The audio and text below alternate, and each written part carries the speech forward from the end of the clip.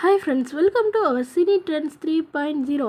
அரசியலை தாண்டி சினிமாக்காரர்களுக்கு விஜயகாந்த் செய்த உதவி. கேப்டன் இல்லைனா இப்போ இந்த ஹீரோக்களே இல்லை. இருந்தாலும் மறைந்தாலும் பெயர் சொல்ல வேண்டும், இவர் போல் யார் என்று ஊர் சொல்ல வேண்டும் என்ற வரியை வாலி எழுதியிருப்பார். இது புரட்சிக் கலைஞர் விஜயகாந்திற்கு தான் சரியாக பொருந்தும். ஒரு நடிகன் இறந்ததற்கு சக கலைஞர்கள் கண்ணீர் விடலாம், ஒரு கட்சி தலைவன் மறைந்ததற்கு தொண்டர்கள் கண்ணீர் விடலாம். ஆனால் இன்று ஒட்டுமொத்த தமிழகமே தங்கள் வீடுகளில் ஏற்பட்ட இழப்பாக இன்று கதறி வருகிறார்கள். நடிகர் விஜயகாந்த் மக்கள் மனதில் நிலையாக நின்ற கேப்டன் நேற்று அதிகாலையில் உயிரிழந்து இருப்பது மிக பெரிய துயரச் செய்தியாக இருக்கிறது. கேப்டனை கலியுக கர்ணன் என்று அழைக்கும் அளவிற்கு நிறைய உதவிகள் செய்திருக்கிறார். அதிலும் சினிமாவுக்காக அவர் செய்த உதவிகள் ஏராளம். பணம் சம்பாதிப்பதற்காக சினிமாவுக்குள் வராமல் தனது ஆசைக்காக வந்த கேப்டன் நிறைய பேரை வாழ வைத்திருக்கிறார். 54 புதுமுக இயக்குநர்களுக்கு வாய்ப்பு கொடுத்த கேப்டன். ரஜினி மற்றும் கமல் என்ற 2 ஜாம்பவான்கள் திரையுலகத்தில் வளர்ந்து வந்து கொண்டிருக்கும் போதே அவர்களை தாண்டி தனக்கான இடத்தை பிடித்தார் கேப்டன்.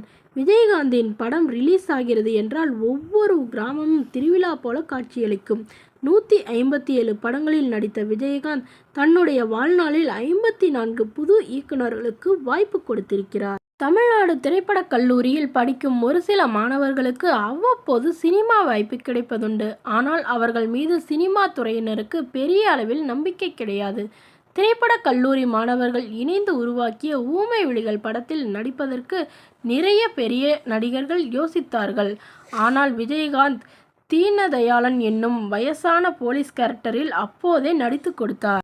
பின்னரும் திரைப்படக் கல்லூரியில் படித்துவிட்டு வெளியில் வந்த இயக்குநர்களுடன் இணைந்து படம் பண்ணினார். தன்னுடைய சக கலைஞர்கள் நிறைய பேரை தயாரிப்பாளர்களாக மாற்றிய பெருமையும் விஜயகாந்திற்கு உண்டு. நீ ஒரு படத்தை தயாரி, நான் ஹீரோவாக நடிக்கிறேன் என்று கதை கேட்காமலேயே ஒப்புக்கொண்டு நடித்தவர் விஜயகாந்த் என நடிகை வடிவுக்கரசி ஒரு பேட்டியில் சொல்லியிருக்கிறார். தளபதி விஜய் மற்றும் நடிகர் சூர்யா சினிமாவில் வந்த புதிரில் சொல்லும் அளவுக்கு பெயர் வாங்கவில்லை. அவர்களுடைய படங்களில் விஜயகாந்த் நடித்து மக்களிடையே அவர்களை கொண்டு சேர்த்தார். அப்படி விஜயுடன் நடித்த படம்தான் செந்தூரபாண்டி, சூர்யாவுடன் நடித்த படம்தான் பெரிய அண்ணா. இந்த படங்களுக்கு விஜயகாந்த் சம்பளம் வாங்கவே இல்லை. அதே போன்று நடிகர் முரளி நடித்த முதல் படம் பூவிலங்கு முதல் 2 படங்களில் திரையரங்கில் பெரிதாக கவனத்தை ஈர்க்கவில்லை.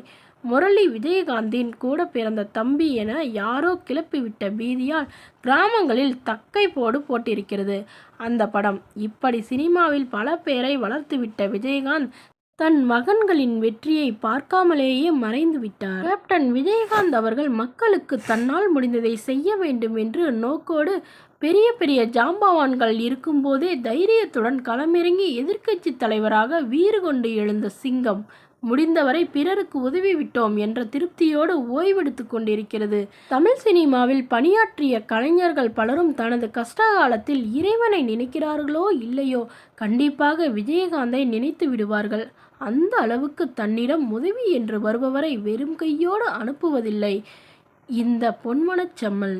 சமீபத்தில் மறைந்த போண்டாமணி அவர்கள் விஜயகாந்த் புரொடக்ஷனில் பல படங்களில் நடித்துள்ளார்.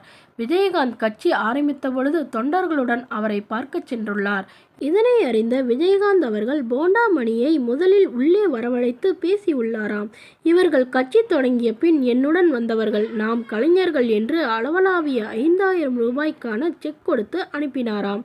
சமீபத்தில் உடல்நிலை சரியில்லாமலும் கடனாலும் கஷ்டப்பட்ட போது 12 லட்சத்திற்கான கடனை ஒரே செக்கில் அடைத்து ஹாஸ்பிட்டலுக்காகவும் 1 லட்சம் கட்டியுள்ளாராம். மேலும் போண்டாமணி இறந்த பின்னும் அவரது குடும்பத்திற்கு முதல் ஆளாக சென்று நிதி உதவி செய்த பண்பாளர். வெள்ளம் போன்ற இயற்கை சீற்றத்திலும் நிவாரண உதவிக்குள் தன் புகைப்பட ஸ்டிக்கரை ஒட்டி விளம்பரம் தேடும் நடிகர்கள் மத்தியில் எந்த ஒரு ஆதாயமும் கருத்தில் கொள்ளாமல் இருக்கும் இத்தகைய பண்பாளரை இனி தமிழ் சினிமாவில் காண்பது அரிது. தமிழ் சினிமாவில் நடிகர்கள் பலர் வரலாம், ஆனால் அவர்கள் அனைவரும் விஜயகாந்த் ஆகிவிட முடியாது அல்லவா? கலைஞர்களுக்காக வாழ்ந்த இவரின் புகழ் கலைஞர்கள் உள்ள வரையிலும் கொண்டாடப்படும் என்பது உண்மையே.